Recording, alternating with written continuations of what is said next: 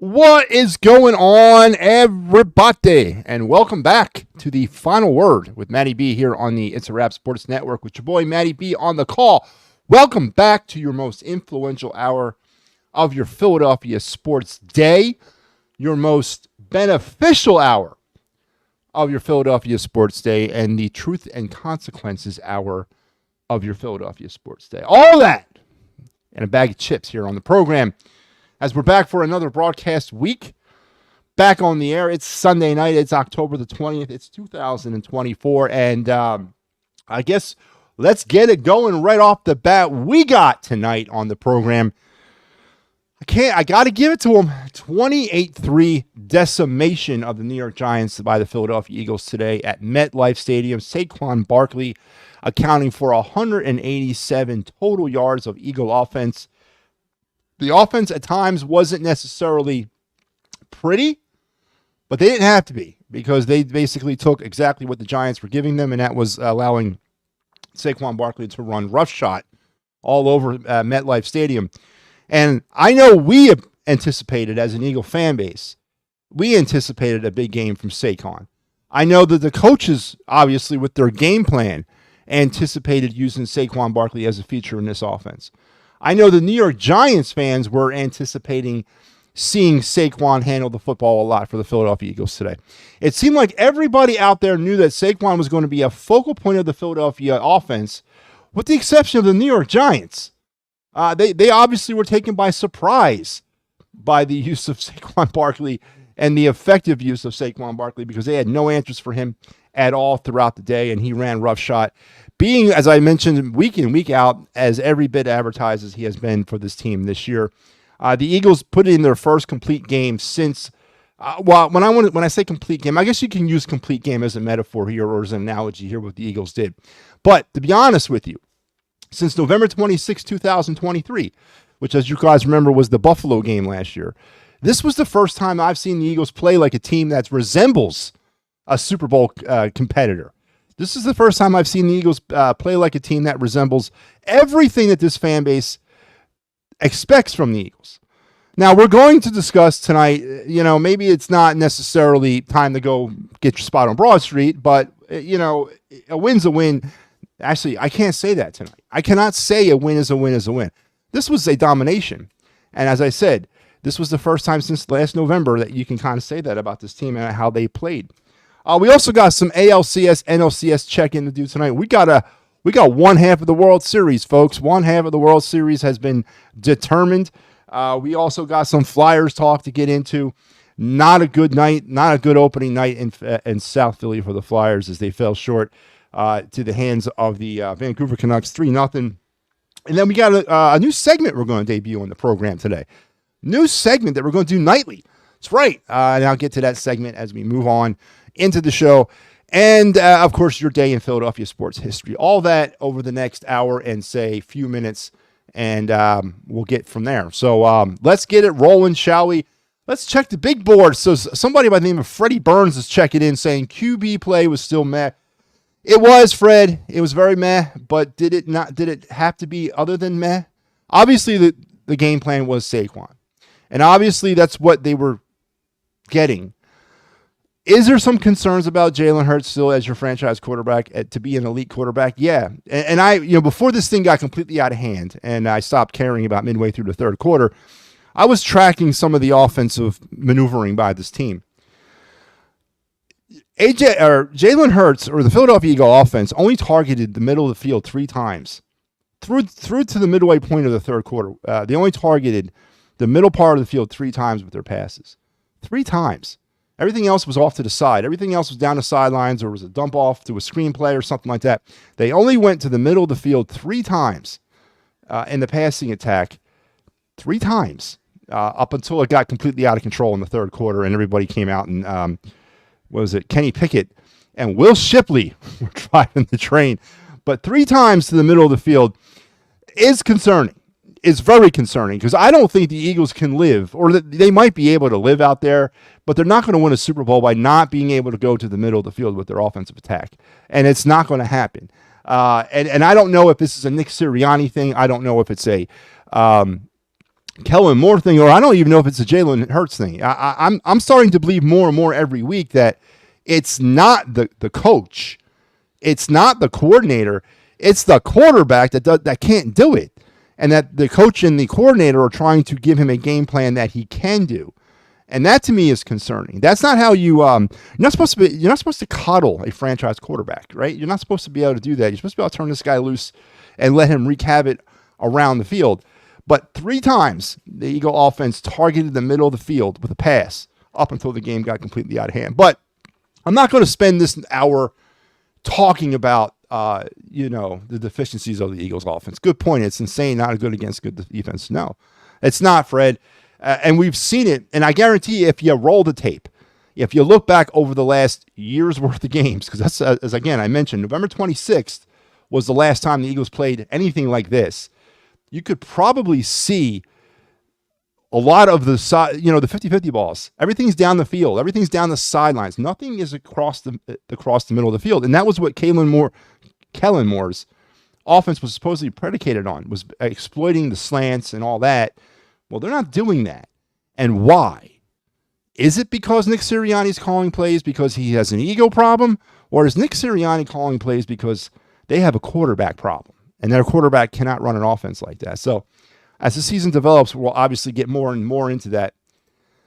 Agreed, shotgun on the goal line because Hurts doesn't like it. Yeah, exactly, Fred. And that tells me a whole other bad story about this, but that's not for today. We can get into, and we'll get into some of the meh play by your quarterback because it was meh to start the game out. It was very meh. Once again, 6 straight games now of no first quarter points, and it's actually getting comical, right?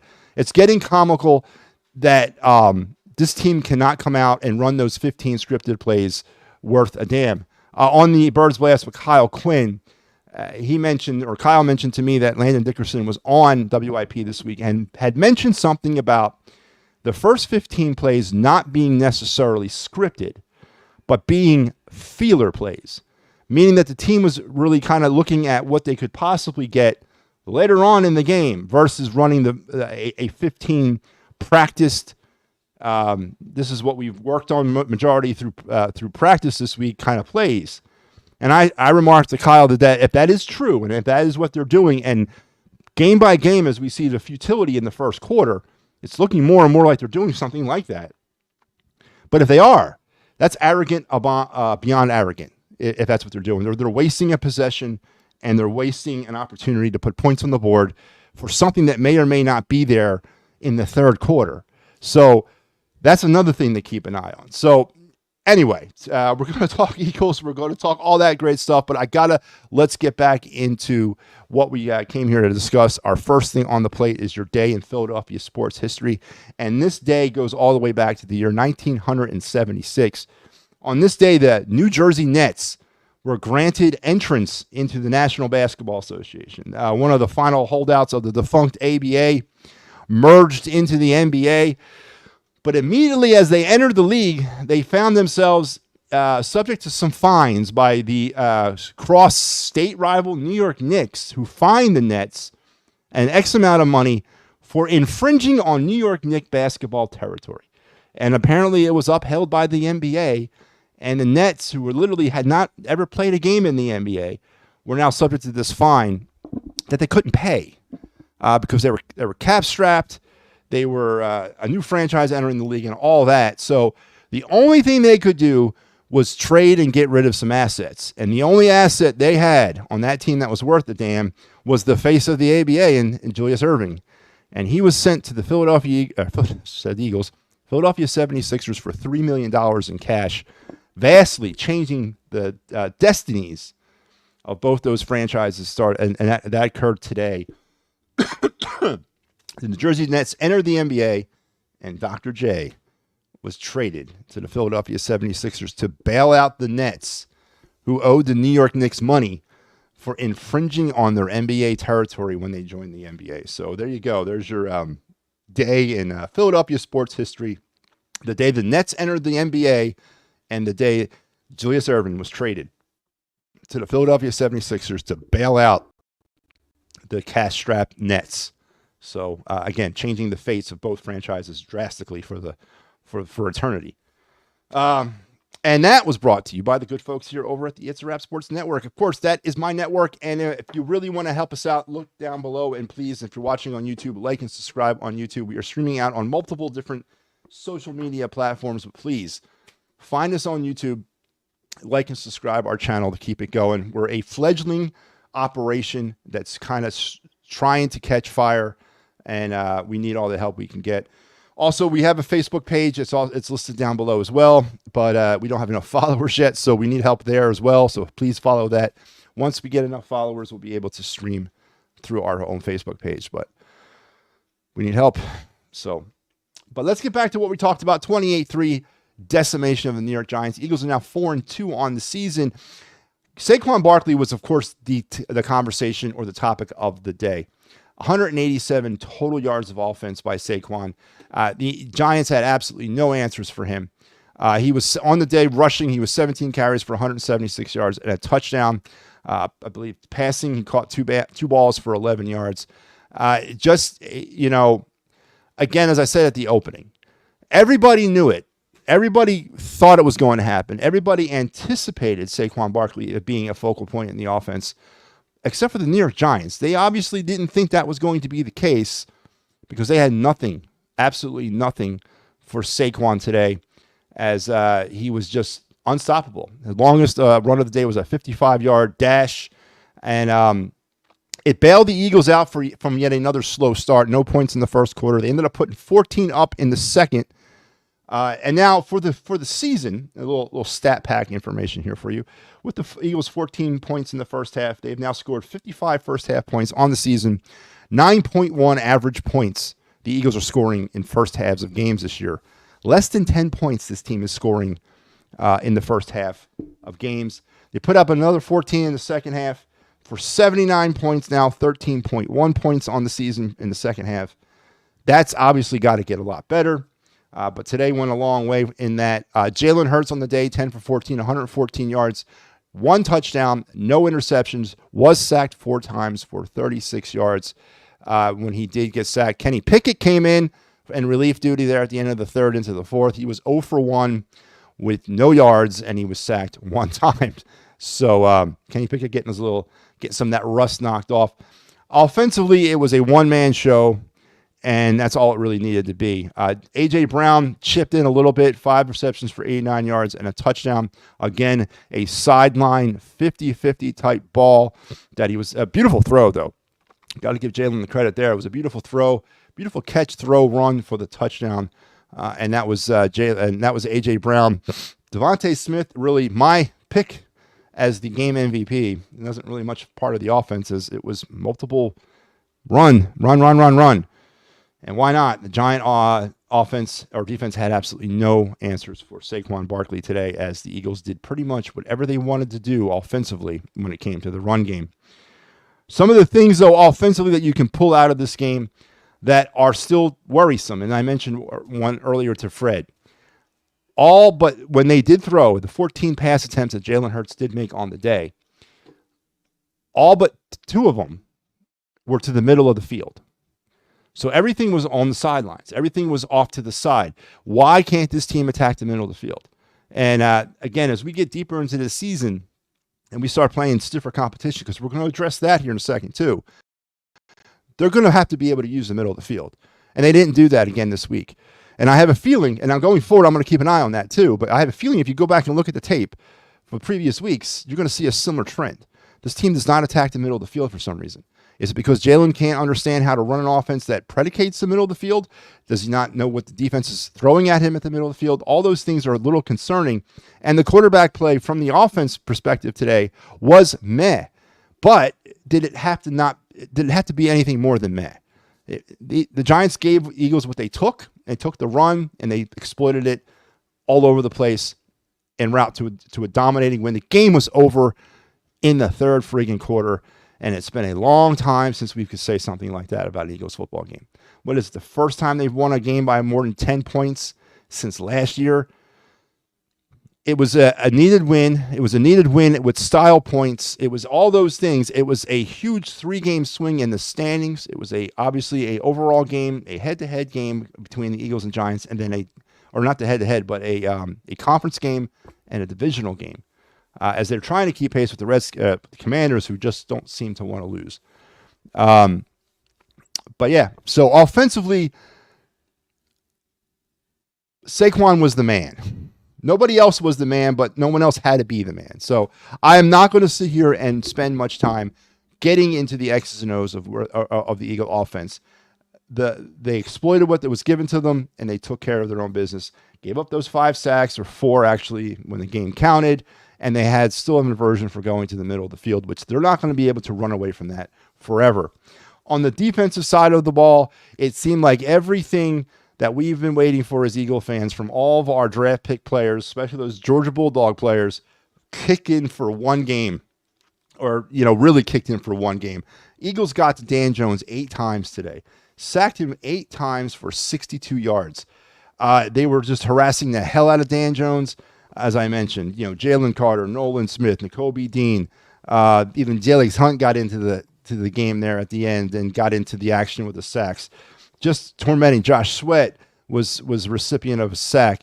And Bryce Huff, wow, he got a sack today. It was just kind of open season on Dan Jones. And now I'm going to start kind of chipping away at this win a little bit. Say what you want, right? But the last 2 weeks and the last 2 quarterbacks are not the type of quarterbacks that you're going to see come November or come December and January. You're just not going to see the Deshaun Watsons and the Dan Jones en route to New Orleans in the Super Bowl. I'm not going to sit here and say that the Eagles did not do what they had to do against both of them, and especially today, because they harassed Dan Jones. Dan Jones got benched at one point. Now, I don't know if it was benching because of ineffectiveness or if it was benching because of ineffectiveness and the game was out of hand, but he was removed for Drew Lock, who I did not even know Drew Lock was the backup quarterback of the New York Giants. I didn't know Drew Lock was still in the league, but he came in and replaced Dan Jones to no avail. The Giant offense was terrible. Cleveland Brown offense was terrible. The Eagles have been recipients of 2 very terribly run and terribly executed offenses over the last 2 weeks. Next week might be a little different as they go up against Joe Burrow in a very battle-tested Cincinnati Bengal offense at 1 o'clock because that game got flexed. But you can only play who's in front of you. You can only play who's on the schedule. And you got to go out there and you got to handle your business against those teams. And the Eagles did that today emphatically. This was not a game that was in doubt. This was not a game that was labored over. After the first quarter, the Eagles pulled ahead, and that was pretty much it. The Giants had nothing offensively to counter what the Eagles gave them. What was the final number? As I said, Saquon Barkley with 187 total yards of offense just for himself. And I think for the Giants as a team, 119 yards of offense. So Saquon Barkley, by a long stretch, outgained the entire Giant offensive attack by himself. 187 to 119. Just an embarrassing loss if you're a Giant fan. And if you're going to hang this on anybody, I mean, you got to look at both sides of the ball here. It wasn't like the defense did anything for you spectacular to keep you in a game. They kept you hanging around. It wasn't until the end of that third quarter where the Eagles kind of blew it open, but they kept the Eagles, the Giant defense kept the Giants hanging around for a majority of the game, or first half. The Giant offense just could not do anything. Absolutely nothing. And I guess other teams have it worse than the Eagles do offensively, and we've seen 2 of them over the last 2 weeks. Some of the not so encouraging stats, or encouraging depending on how you look at it. Eagles did not commit any turnovers this week. Second straight week in a row, no Eagle offensive turnovers. But also they did not force any turnovers for a second straight week. They are still stuck at 2 turnovers all season long by the defense. That average has now fallen to 0.3 turnovers a game. 2 turnovers through 6 games is alarming. Yes, did they need turnovers today? Not necessarily. But still, it would have been nice, man. We need the turnovers. They only have 2 turnovers as a team through 6 games is concerning. The defense, though, again, aggressive. They were opportunistic. And they did what they had to do. And I got to give them a lot of credit for that. So, good win today overall by the Eagles, 28-3, 4-2 now on the season. And next will be the Cincinnati Bengals. They'll see them next week in the old 4:30 time slot, now flexed down to that 1 o'clock time slot. Be there or be square. And let's pray we don't get a tie, because that seems to be the flavor against the Bengals. So 28-3. I was impressed by the Eagles' win today. I was impressed. I told Kyle Quinn on the pregame show that I thought today this game had to be the style point win, and that I thought that the Eagles desperately needed one of those. He was looking out at the Jacksonville game in a couple weeks. I was looking at this game. I needed to see a style point game. I got my style point game. Well, now I got to keep it rolling here. So Eagles win 28-3, and all is well in Philadelphia, at least for this one night. And let's move on now to the baseball diamonds, as we are getting closer and closer to the epochs of the season, and that is the World Series. And last night on the bat, let's call it the bat of Juan Soto, in the top of the 10th inning, a 3-run home run to put the Yankees out ahead 5-2. And on their way to the World Series for the first time since 2009 when they beat the Phillies. So and that was, I was like kind of taken back by that. I had forgotten that the Yankees went into such a spell of futility there for a while. Obviously in the 90s and into the 2000s, it was the Yankees and Braves. But after 2009 and then beating the Phillies, they failed to get back to the World Series until just now. So the Yankees are back in the World Series. They will face the winner of the Dodgers-Mets, who are currently going on right now. Game 6 is in action out in L.A. It's 4-1 Dodgers in the bottom of the third inning. So we could potentially be looking at a Dodger-Yankee World Series, which I've gone on record by saying this numerous times. I'm okay with the Yankees getting to the World Series. I really am, just as long as the Mets don't. I'm okay with the Dodgers getting to the World Series. I am.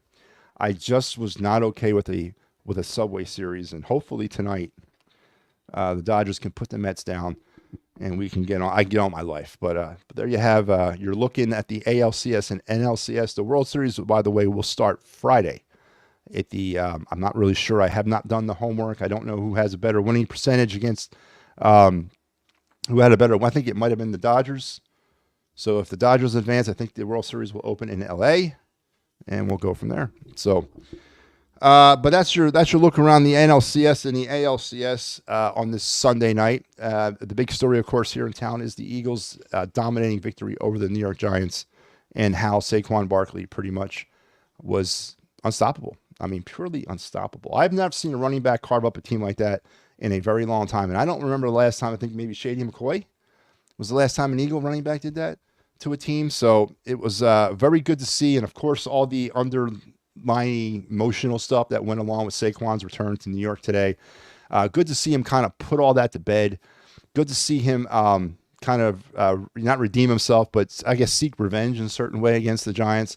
But I think ultimately it's not the Giants team or the Giants fans that wanted him gone. It was the ownership that failed to kind of deliver there. So, but Saquon can put that to bed. Now we can move on, and we can move on to the Cincinnati Bengals next week, because that's going to be an interesting task for the Eagles. That's going to be a very interesting task. We'll see how they do against that. But we have a whole week now to revel in the beauty that is an Eagle win, 4-2 now in the season, and a 28-3 dominating effect over the Giants. All right, let's switch now to the king of all sports, folks. That's right, king. I said it. King of all sports, ice hockey, and the Philadelphia Flyers. On our Sunday night shows, it's a lot, because I got to go back and pretty much recap the weekend. And during certain times of the season, it's a lot. Like baseball would be a lot, because I had to go over like 3 games. Hockey, thankfully, for this weekend, we only missed one in terms of talking about it. And of course, if you watched Clear the Ice last night, Sal was hosting. Great job, by the way. You saw Sal kind of give a great sort of report about how just disappointing last night was for the Flyers, and disappointing it was for the Flyer faithful as they watched their team come out just completely flat, completely skated off the ice by the Vancouver Canucks in a 3-0 loss. That I am not pinning any of it on Sam Ersson. You can talk all you want about about the goaltending play that the Flyers have endured through the early part of the season. Fedotov has not been good. Urson has been. This tonight or last night was not, not necessarily. I'm not going to pin it on Urson. He was peppered all night long. He was harassed all night long. And the fact that he only gave up the 3 goals, to me, is actually a plus. Could have given up 7 or 8, honestly, about the amount of pressure that the Canucks were kind of putting on him all night. So I'm not going to pin this on Urson at all. I thought he played a really well game, considering. Now, on the other side of the ice, of course, it's the Flyers. And, coming out of the Seattle game, and we talked about this when I hosted Clear the Ice last week, there was a few concerns offensively for this team. It's 5-on-5 play and the perimeter style of this offense. The perimeter style meaning that everything that they do is from out in space, out beyond the hash marks, out on the blue line. They're not playing much inside. And there's a couple of reasons for that. And the main reason is this team cannot finish to save its life. The amount of missed shots, the amount of clanging off the crossbars, clanging off the posts, all that missed stuff is starting to really annoy the hell out of me. And yes, Owen Tippett is the poster boy for that, but it's not just him. The entire team seems to be kind of snake bitten with the not being able to finish thing. Flyers had chances among chances last night. I mentioned that Urson should have probably given up 8 or 7 goals last night because of the amount of pressure he was under. Well, the Flyers should have scored about 8 or 7 goals last night with the amount of pressure they generated finally in this game. This team cannot finish. And I don't care who you got and who's on your team and what's going on. If you can't put the puck on the net, you're not going to put the puck in the net. And the Flyers really got to figure that out. They got to figure out how to finish. And again, Owen Tippett is the poster boy for that, but he's not the only one. He just seems to be the one that kind of steps out a lot because he generates a lot of scoring opportunities a game, and a lot of those scoring opportunities go wide. And it's becoming frustrating. It's becoming very, very frustrating to watch this team do it. And then the mental lapses last night.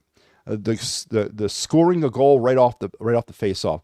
Folks, at the NHL level, that should not happen. And this is the second time this year through 5 games that teams have scored goals off the Flyers. Scored a goal on the Flyers off the face-off. Last night was a direct in-zone face-off that the Flyers were literally transitioning back out of the zone before even having the puck, and left open a major scoring opportunity. Against the Kraken, it was off of a center ice faceoff where they had just scored a goal 8 seconds prior. You can't have those mental lapses off of a faceoff, and that has now burned the Flyers 2 times throughout the season.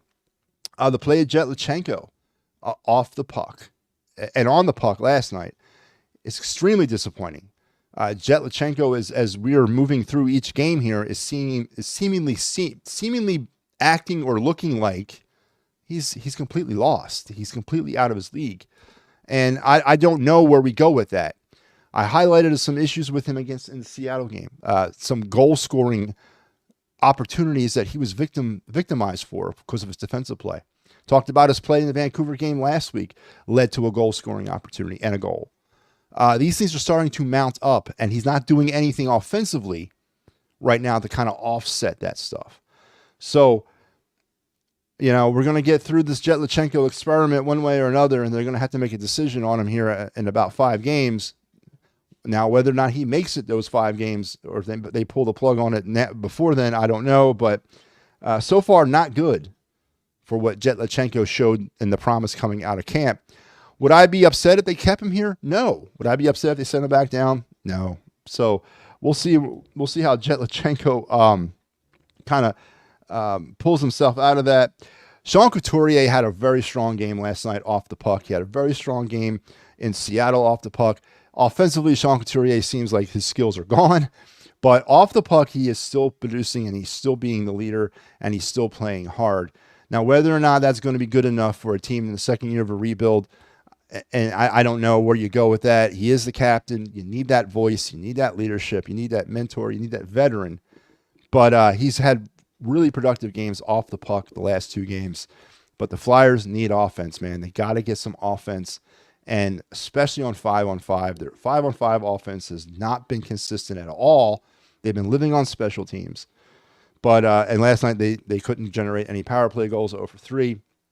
So through 5 games, 1-3-1, not the greatest starts. It's not the greatest of starts. It's not time to burn the boats. Some disturbing trends offensively and defensively. They go into these like lulls in the game where they completely forget how to do anything, and not sure how they're going to break themselves out of that. You've seen some bad play from certain players across the board defensively.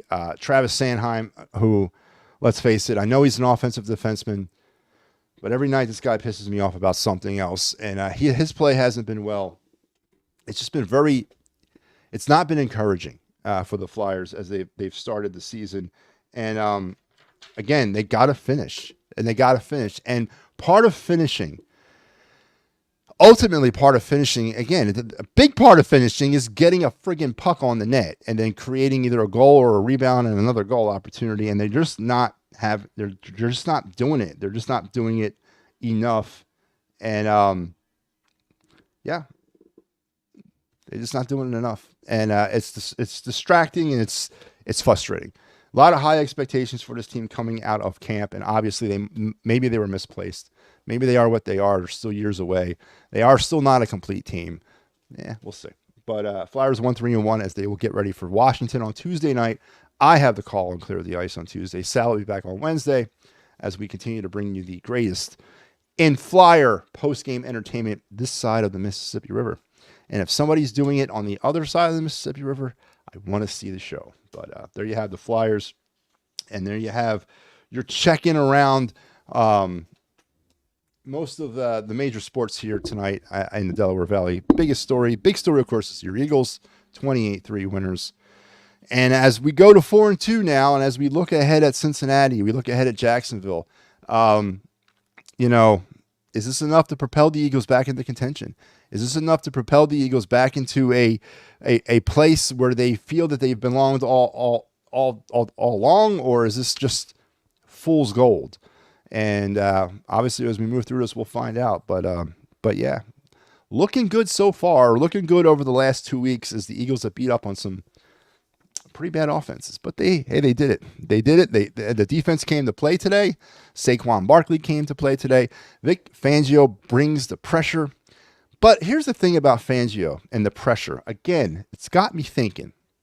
Last 2 weeks, Sean Watson, Dan Jones brought the house, right? There was pressure upon pressure upon pressure. But when faced against a Baker Mayfield, or when faced up against a Kirk Cousins, or when faced off against, to maybe a lesser extent, a Jordan Love, Vic Fangio didn't bring much pressure. Is that something to be considered here? Does Vic Fangio respect certain quarterbacks with certain skill sets more than other quarterbacks? Are we to expect next week, because it's Joe Burrow, are we to expect a more passive defensive attack because of the trend that seems to be what the Eagles are doing defensively against quarterbacks? Again, last 2 weeks against 2 subpar quarterbacks, they brought the house. Against Baker Mayfield, they didn't. Against Kirk Cousins, they didn't. Against Derek Carr, they didn't. Is next week against Joe Burrow, is that going to lull into a certain respect factor of Joe Burrow, and then we're going to go back into this lazy, soft defense and not bring pressure because we're afraid to get beat over the top? Is that the trend Vic Fangio is setting?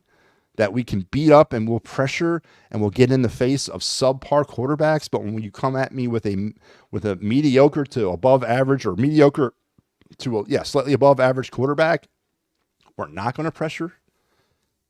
That's what it's looking like right now. And I guess, again, time will tell next week against the Bengals if that's what they do.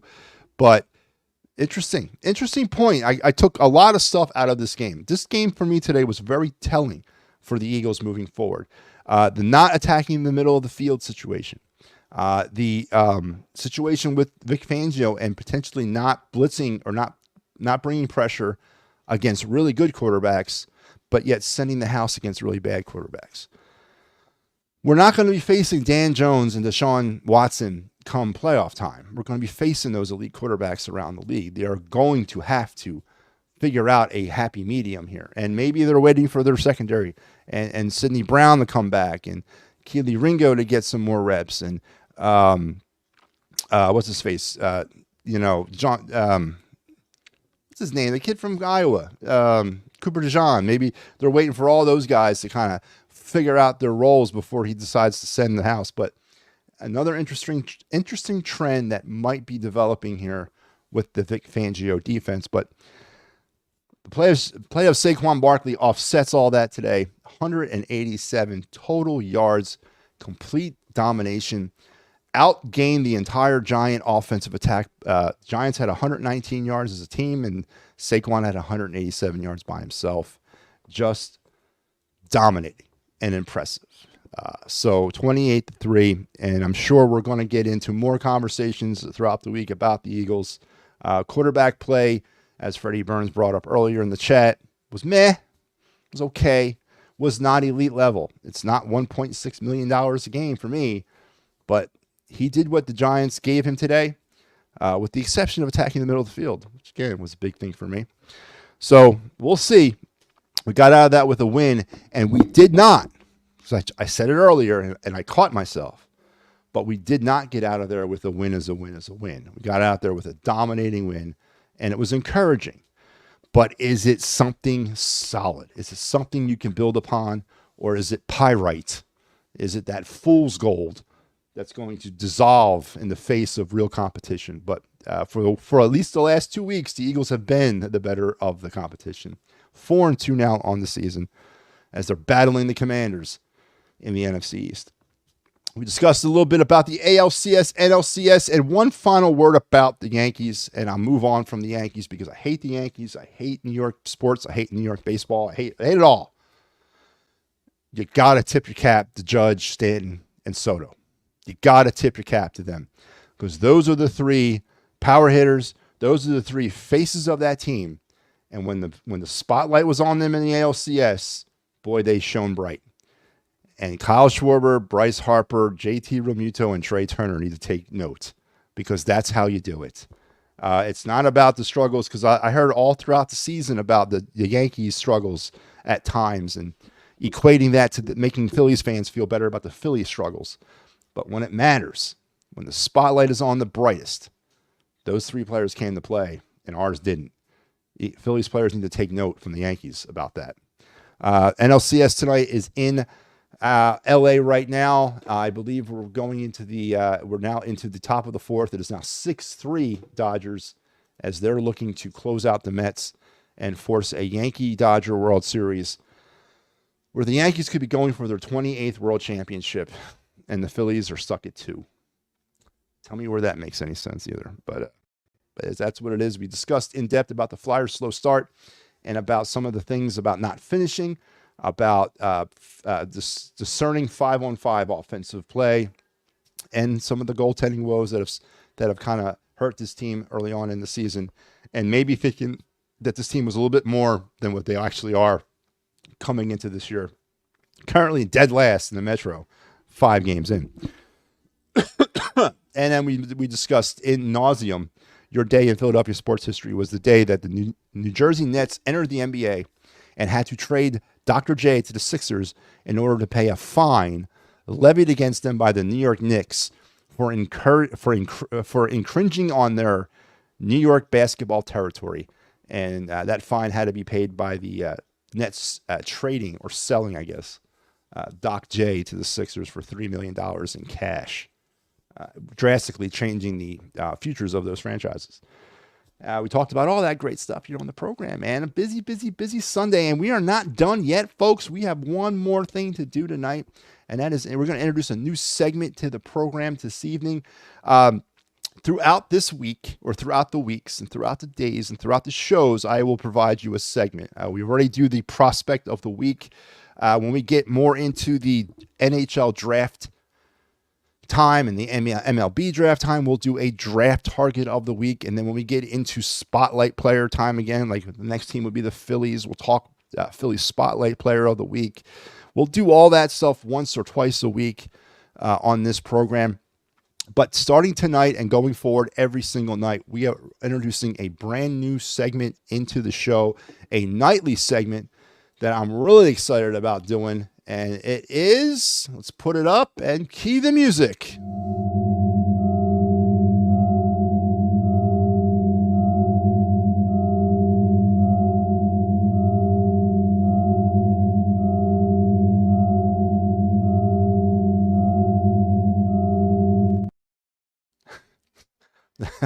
I may have to change that. Wow, I didn't know that was that creepy. Yeah, MattyB's sports card review, or MattyB's card review segment. I'm going to, so I'm an avid sports card collector. I've been an avid sports card collector since I was a kid. I recently just got really back into it. And we're going to take a card out of my collection tonight, and we're going to talk about it, discuss the card, discuss some of its potential financial windfalls, just have some fun with that segment. And just have some fun with it. So, kind of a little bit of a backstory about the sports cards. Just like every kid growing up, I was always into collecting baseball cards, and that seemed to be the card, right? Everyone seemed to be focusing on baseball. Some of the other sports were, you messed around. There was a time where I was into football collecting as a kid, and then hockey was also a time, but it was kind of fleeting in and out. There was one year that I collected basketball cards. But it's been baseball, right? Baseball's always the train, or always drives it, right? And as a kid, growing up in the 80s, back then, I know right now when you look at card collecting, it's all about the card. It's all about the individual cards. It's about getting that super card. It's about getting that refractor with the auto and all that on it. And that's how cards are pretty much, your one card could cost or be worth well more than a set of cards can be. But back in the 80s, growing up, it was always about collecting sets. That's how you did it. You didn't go after individual cards. You went after sets. And in 1987, I collected the only set that I have actually collected to the by the right way, going to the store and buying packs, was the 87 Topps set. And that was the set that had the like wood paneling borders on it. You guys remember that? It was kind of iconic. Some great rookie cards came out of that set. McGuire, Canseco, Bonds, Bo Jackson was a rookie card in that set. It was actually a really good set of cards to have, a lot of financial windfall with those cards. And as I was collecting them, I was keeping them in team order, and I actually completed the set. And they sat in a binder for like 35 years. And, as the years went on, I would get into sports collecting and then put it off to the side. But I was thankfully smart enough, even as a kid, to put them in some sort of protection. Now, granted, I didn't lock them in like individual plastic containers or, individual card things. Stuck them in like tubs and totes and all that. But it worked. It lasted. And about 2 years ago, when I was visiting my mom, she's like, when are you going to get these damn baseball cards out of here? I'm like, baseball cards? You still have them? And she's like, yep. So she showed me where they were, and I went through them when I got home. And I was amazed that they were all still there, along with some hockey, and along with some football, and along with some basketball cards, because 87 Fleer was a big year for me to collect cards, and that was a hugely financially windfall-y type of set. The Jordan from 87, the Jordan sticker from 87, the Detlef Shrimp from 87 is like a $45 card. There were some really good cards in that 87 Fleer. I saw a Larry Bird in 87 Fleer go at an auction for like $35,000. I mean, I was like, what the, and I got 4 of them. So, I kind of lit the fire under me again about collecting. So, my stepson's also a big collector, and we merged collections about a year ago. And we just literally threw them in a big, like, individual totes and said, okay, the plan is one day to sit down and go through all this. That happened in my OCD brain. It bothered me for like a year and a half that I hadn't done this yet. So finally this summer, I said, you know what? With everything else I got going on, I am going to go through these cards. Now, I don't know how many cards I ended up looking through. It had to be close to maybe 500,000. But I went through every single card we had, and I separated them by sport, the 4 major sports. I also then separated all the baseball cards into teams. And the basketball, hockey, and football, there wasn't enough for me to do that. So I just put those as sports together. But baseball, I separated them into teams. I pulled every card out of that collection that I thought would have some sort of financial value. But even after doing all that, they're all in binders now. Even after doing all that, I still find myself going through some of the cards that are in the team boxes now and finding cards like, how did I miss this? Or how did I miss that? I think I pulled an Ohtani, a rookie Ohtani out of the Angel box the other day. I was like, how did I miss that initially? But anyway, I've got all the financially worth cards, and I'm not going to sit here and say that's all it means to me, because I know there's players out there that may not be worth a lot of financial money up front, but they're worth something to somebody. And then that's what makes the hobby so fun. But so what we're going to do starting tonight and every night, we're going to go through one of my cards in my collection, and we're just going to discuss it. We're going to talk about it. We're going to maybe discuss the story on how I acquired this and just have some fun with it. So let's get it rolling with our first card of the night. And again, this is going to be a nightly segment on the program. Let's get started with our first card of the night, and this is completely out of my collection. This is one of the prized jewels of my collection, and that is the 1990 Topps Ken Griffey Jr. rookie card. This is an interesting card because obviously it's of Ken Griffey Jr. It's his rookie card. Griffey's an absolute Hall of Famer. But when you look at this card and you look at the design of this card, there's a couple things that set this card apart from its other counterparts, because we all know this. This is one of the big things in the card collecting business. It's trying to find those error cards, those cards with the misprints, or in the Billy Ripken case, that little face there on the bottom of the bat. You know, that's worth billions of dollars. Even though Billy Ripken was a hack of a baseball player, his card with his little face drawn on the bat is worth a lot of money.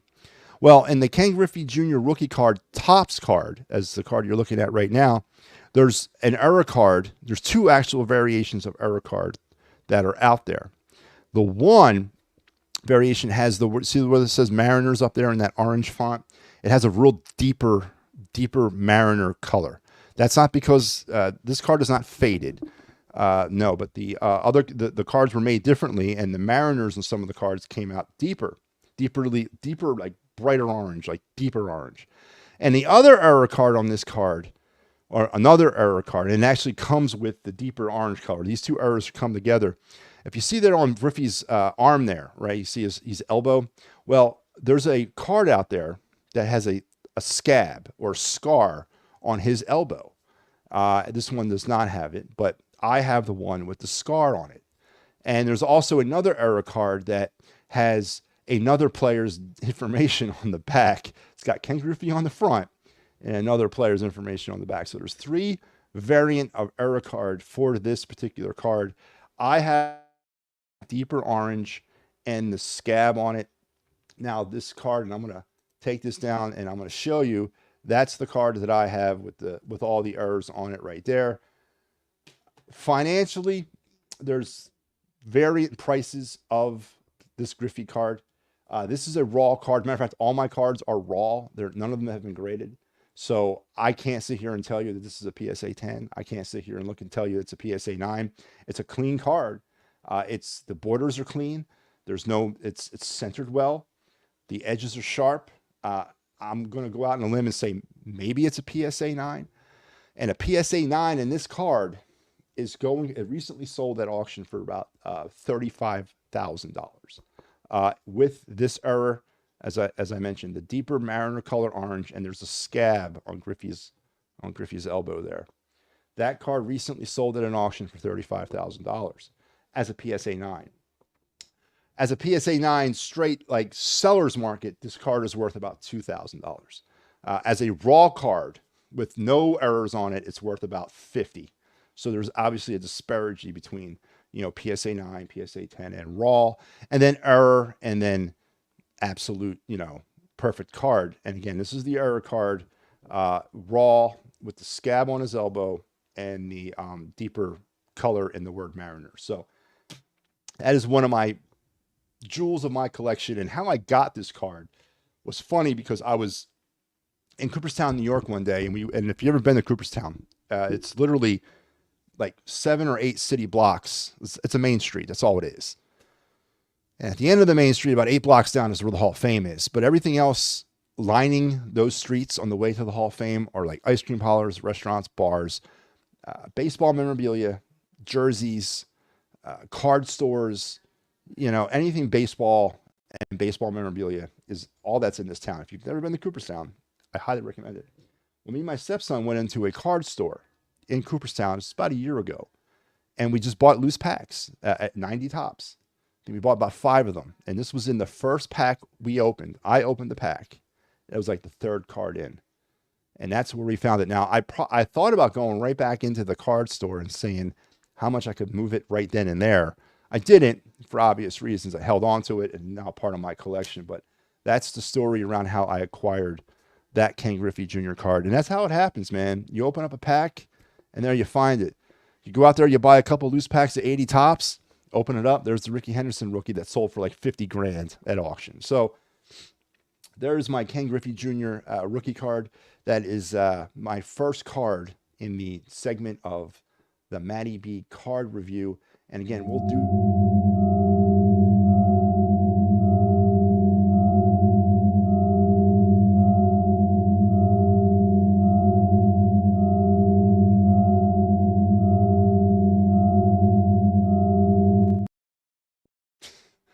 Really got to change that. Not going to work. I need something more upbeat. I don't want to act like we're getting abducted by aliens, but there you go. There's the first segment of MattyB's card review. And we'll take a card a night. We'll review it. And maybe as we get deeper into this, we'll bring on a couple of card experts and we'll talk cards, but that'll be fun. But yeah, so that's going to wrap me up here on the program tonight. It's great to be back for another broadcasting week.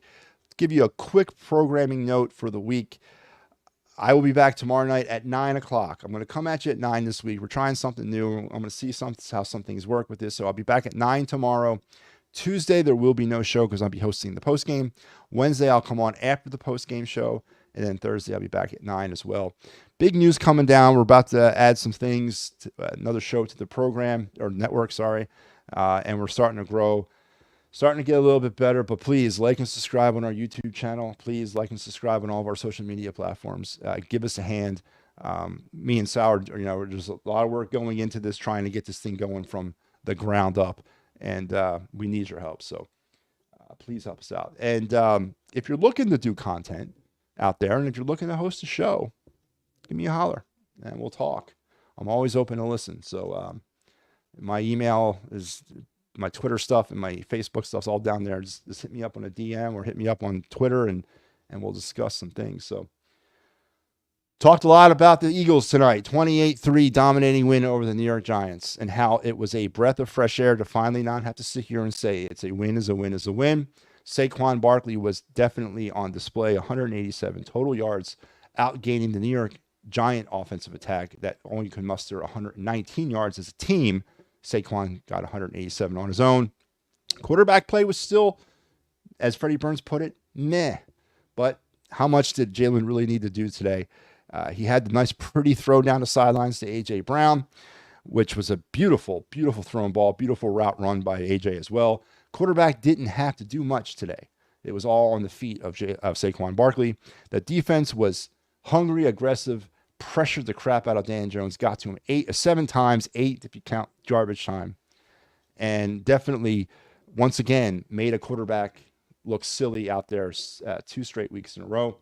Discuss some of the confusing trends of this team. Why does this team not attack the middle of the field offensively? Out of the 14 pass attempts Jalen Hurts made today, only 3 of them, or 2 of them, were to the middle of the field. Why is that?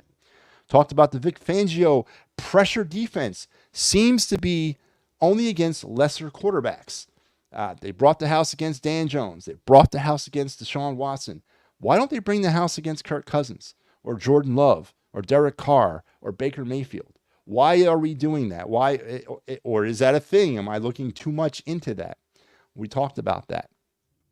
We talked about the Flyers and the Flyers' early season struggles, the ALCS, NLCS check-in, and of course, we debuted our new segment, MattyB's Card Review, which we'll do nightly. and we had some fun with that. So listen, I want to thank everybody for being part of the program tonight. Remember, we'll be back tomorrow as well. Remember to look out for Clear the Ice. Remember to like and subscribe on YouTube, like and subscribe on our Facebook and all of our social media platforms. We really need it, and we really need the support as we try to build this in flight. And I hope you guys have a great rest of your night and an even better tomorrow. We will talk then. Take care. Good night.